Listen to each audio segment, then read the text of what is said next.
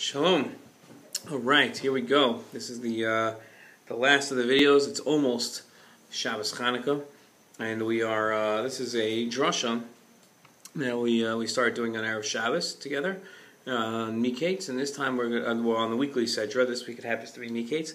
We're going to tie it in with Chanukah. Miketz always falls out on Shabbat Chanukah. And we're going to look at, to start off with, is Yosef standing in front of Paro. He had just interpreted Paro's dreams. Paro is absolutely and completely blown away by those dreams. Not the dreams, but by the interpretation, Yosef's interpretation of the dreams, and he's excited. And he calls Yosef. He gives him a title. He says that you're Navon and Chacham. So right, it's two expressions of wisdom, of being smart, and our commentators disagree. And we're going to look at three different opinions here. What Navon and Chacham means. So you have two words, Navon and Chacham. And we're going to look at three different people. We're going to look at the Ramban, who we're familiar with. We're going to look at the Sforno, who we're just getting to become familiar with. And we're going to look at also the Rambam. The Rambam was the leader of Egyptian Jewry. He had a son, Avraham. And Avraham was his Ben Zekunim. It was his son of his old age. He had Avram ben Rambam when he was very, very young, very, very old, excuse me, and they became very close. And Avram ben Rambam explains a lot of his father's teachings, and he became the next leader of Egyptian Jewry. In fact, there was a couple 100-year runs where direct descendants of the Rambam were the head of Egyptian Jewry. They were the top scholars. And Avram ben Rambam carried on his father's legacy in an incredible way, and he wrote his own commentary on the Torah. We only, unfortunately, lost 3/5 of it. We have it on Bereshis and Shemos. So we're looking at those three opinions as to what Navon and Chacham is. So the Ramban says that a Navon, this is the Ramban's interpretation. What did Paro mean when he called him a Navon? A Navon is somebody with managerial smarts. Okay, and by the way, you're going to want to take notes on this because I'm going to ask you to send me the answers. But a Navon is somebody with managerial smarts, as he knew how to set up managers to go around the land and collect the food. So that was Paro recognized the fact that his talent and his interpretation of the dream was more than just an interpretation, but it was really it gave him a sense of his managerial talents, and that was the Navon. The Chacham was somebody with analytical smarts, and Yosef was able to figure out that for 7 years with our refrigeration, how are we going to keep this food from rotting? Yosef understood that also. So that's the Ramban. Avram ben Rambam says that no, Navon is someone with a sharp intellect, and someone that can easily grasp concepts, while Chacham is somebody who uses that intellect to gain knowledge. Right, so he says that a Navon, this person with a sharp intellect, that's innate. That's something that God gives you. Right, you're born with that. You either have it or you don't. You can't. It seems like Avram ben Rambam excludes the possibility that you could develop the ability to become a Navon. It's either you have it or you don't. The Chacham is something that that requires a lot of effort. Just to have knowledge is not enough. You have to really, in order to gain that, just to have intellect is not enough. To gain the knowledge really requires a lot of effort. Now that's Avram ben Rambam. The Sforno says that it's analytical and practical knowledge that you can use to apply. And here, what Paro understood was that Yosef was going to use his analytical skills to protect the king, to protect Paro, and that's what he was so impressed by. Now, this really points to all three opinions, whether you look at the Ramban's opinion, Avram ben Rambam, or the Sforno. It really points to the idea that wisdom is what perfects man, and the value of wisdom. And most religious systems, they don't value wisdom. It's not that they put it down, as some do. Even within our own religion, we see certain sects that say it's all about they minimize the importance of wisdom. But if you look genuinely, the Torah places wisdom at a premium. And the idea is simple. The idea why wisdom perfects man is because it's what makes man. Wisdom is what separates us from the animals. We really, biologically, we have the same makeup as an animal. Yeah, there might be certain differences, obviously, but we are in a physical form. We are essentially just animals. There's not that much. There's not much that's different about us between us and animals. The only thing that really separates us from animals is our intellect. That's all it is. And so, in fact, what you could say, and what I'd like to say, is that in developing our intellect, we truly express our humanity. That's really what it is. We express our humanity by developing our intellect. Right? That's the idea. So that's an incredible point, right? So Paro, when he recognizes that Yosef is a Navon and a Chacham, what he's saying is that Yosef he's the true perfection of a man, right?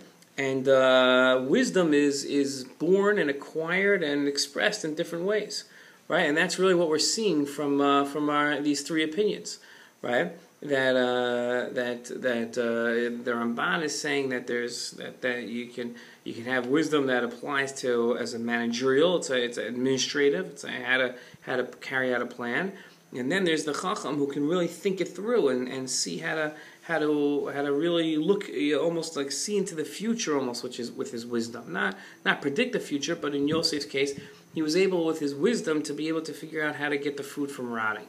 Avram ben Harambam sees, you develop certain wisdom, certain aspects of wisdom in your intellect is what you have when you're born with it, right? But the knowledge, the acquisition of knowledge and the acquisition of understanding, that requires a lot of effort.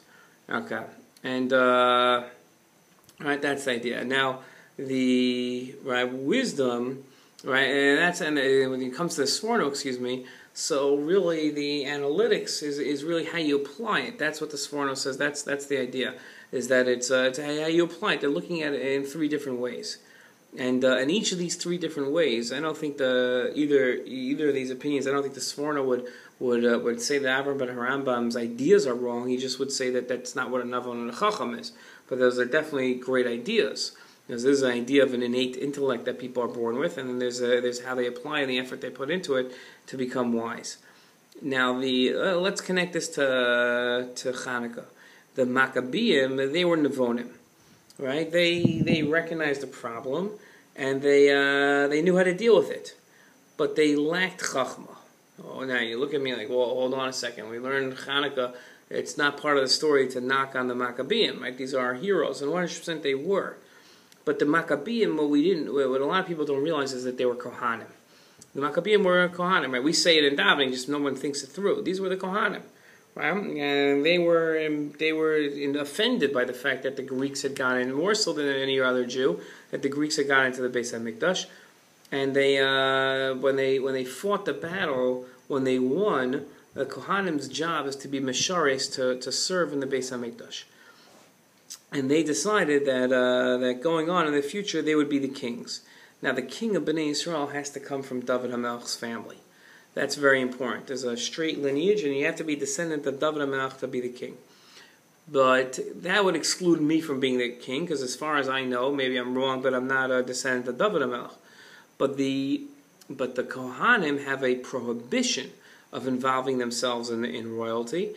And they took upon themselves the yoke of royalty, which they shouldn't have. They should have stuck to the Beis HaMikdash, and they weren't able to see into the future. Therefore, they lacked chachma. They weren't able to see the mistake. And the Ramban, in his commentary to Sedrus Vayechi, which we're going to read in 2 weeks, the Ramban says that that's why they lost. When Bnei Yisrael, the second Beis HaMikdash, was destroyed, is because their leaders weren't the people who should have been leading.